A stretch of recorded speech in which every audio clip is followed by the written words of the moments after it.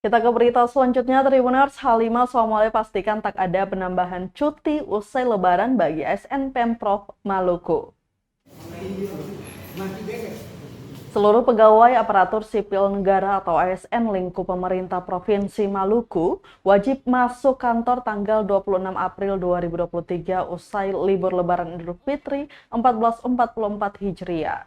Demikian disampaikan Kepala Badan Kepegawaian atau BKD Maluku, H5 Soamole, saat diwawancarai di ruang kerjanya di kantor Gubernur Maluku Rabu 26 April 2023. Lanjut dijelaskannya, meskipun ada pernyataan Presiden Joko Widodo melalui kanal YouTube terkait imbauan bagi ASN, TNI, dan Polri, serta pegawai BUMN untuk menunda arus balik tanggal 24 dan 25 April 2023. Namun menurutnya hal itu hanya imbauan dan kondisi di Maluku terpantau aman.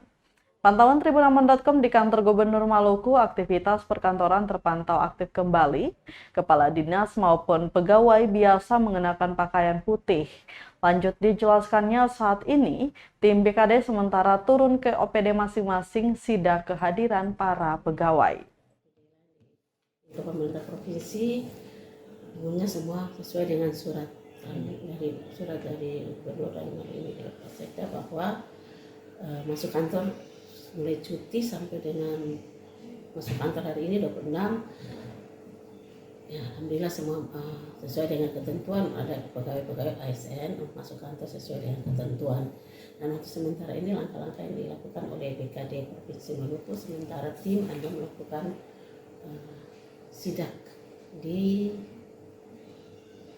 dalam lingkup kantor gubernur sendiri maupun pada OPD yang ada di luar kantor gubernur dan lingkup pemerintah Provinsi Maluku.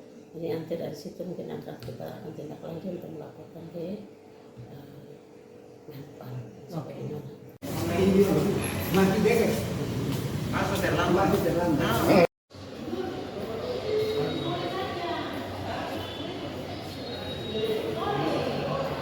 Ada yang apa?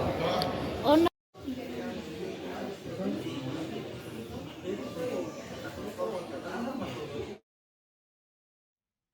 Terima kasih sudah nonton. Jangan lupa like, subscribe, dan share ya.